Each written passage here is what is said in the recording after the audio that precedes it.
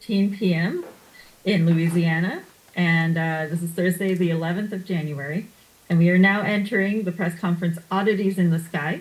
My name is Susanna Kohler. I'm the press officer for the AAS, and I am assisted today by Deputy Press Officer Carrie Hensley and AAS Media Fellow Benjamin Cassess.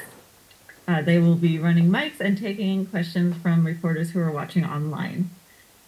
So, before we get started, just a quick reminder to silence your cell phones or anything else that might make noise and interrupt the proceedings. And just for anyone who hasn't been to a press conference here before, the way this is going to work is that I'm going to give a brief introduction to the topic and to our panelists. Then they are going to go through and present in order.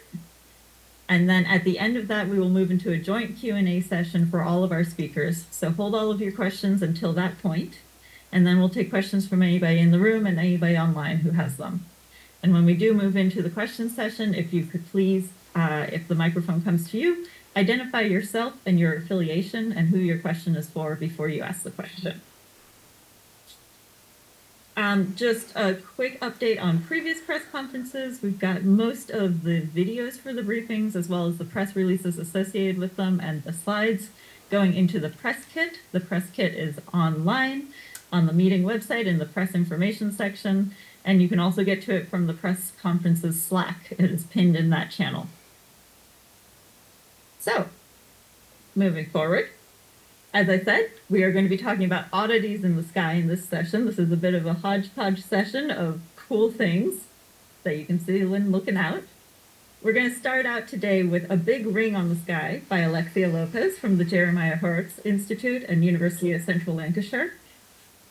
Then we're going to hear about a potentially isolated quiescent dwarf galaxy from Timothy Carlton of Arizona State University.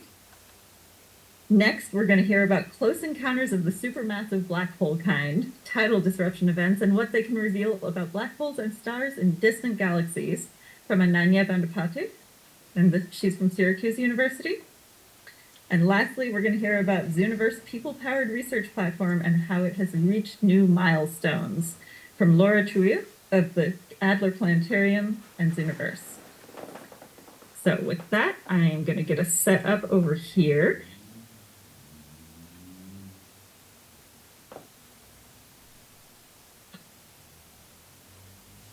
And I will turn it over to Alexia.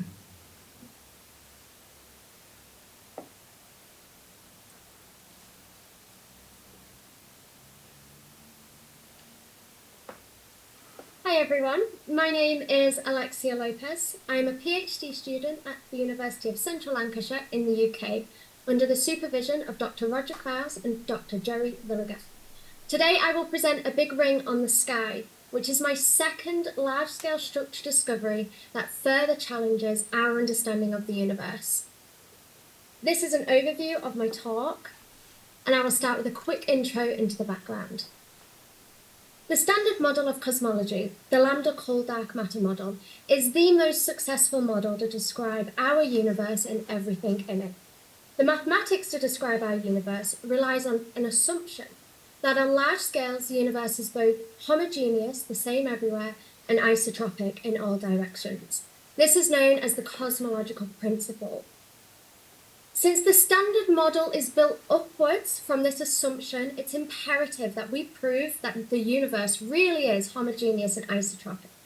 To test just the homogeneity, we can look at the large-scale structure of the universe, since the assumption essentially puts a theoretical limit on the size that structures can exist. This is known as the scale of homogeneity, and it's estimated to be about 1.2 billion light years. So structures exceeding these scales present a potential challenge to our cosmological principle.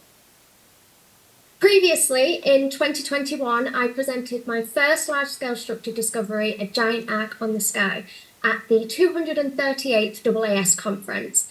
This is a large-scale structure of galaxies and galaxy clusters extending 3.3 billion light years, almost 3 times the scale of homogeneity. It's located 9.2 billion light years away, so when the universe was only half its present age. This structure added to an accumulating set of large-scale structures, posing challenges to our cosmological principle. The method of my work here is the same that I used with my giant arc discovery. I make use of the very bright, very distant point sources of light known as quasars, represented by the yellow star shapes. In the side-on view, we can see that as the quasar light travels across the universe, it can pass through clouds of matter around galaxies and galaxy clusters. This then leaves a distinct feature in the measured light from the quasar. In the face-on view, we can see that the quasars act like spotlights in a dark room, highlighting to us where this intervening matter is. We can see there are many more quasars than matter clouds, but where there isn't a quasar, we cannot detect that galaxy or galaxy cluster. So this is represented by the black cloud. So we need the quasars in order to see these distant, faint galaxies. So we have the position of the galaxy, which is the position of the quasar. They're the same. We can measure the distance to the galaxy from the distinct feature in the measured quasar light. So what we're actually measuring is the wavelength of the magnesium-2 absorption doublet in the spectra of quasars. So this is seen in the figure to the right. And you can see the distinct feature labeled with 2 parallel lines. So these are our magnesium-2 absorbers. So we have position, we have distance. So we have a 3D map of the faint, distant galaxies, and we can use this to map our large-scale structure of the universe. My newest discovery is a big ring on the sky. It's a large circular structure of magnesium-2 absorbers spanning a diameter of 1.3 billion light years and so a circumference of 4.1 billion light years. This is even bigger than my previously discovered giant arc. It's also 9.2 billion light years away, which is the exact same distance as my previously discovered giant arc. In fact, if we could see both structures on the sky, they would only be separated by 12 degrees. So cosmologically, these structures are really close together, which is really interesting. We did some statistics and find that the big ring has a significance of 5.2 sigma. So this is exceeding that 5 sigma golden threshold. So together and independently, these structures challenge our cosmological principle by adding to this accumulating set of large-scale structures exceeding the scale of homogeneity. So what does it mean? We have these pressing questions. Can the universe really be homogeneous if we're finding more and more of these large-scale structures exceeding the scale of homogeneity? Is the cosmological principle at doubt? And if so, will our standard model hold? Perhaps it's time to turn to new avenues, such as alternative theories in cosmology. Cosmic strings were once thought to be able to explain large-scale structures, and recently they've begun appearing in papers, including one from Nobel Prize winner Jim Peebles. Conformal cyclic cosmology is an alternative theory in cosmology proposed by Nobel Prize winner Roger Penrose. This suggests that we live in a single eon of time, in a possibly infinite cycle of universes, and if so, we would detect circular features in our CMB sky. Today, I have presented my second ultra-large-scale structure found with the magnesium-2 method.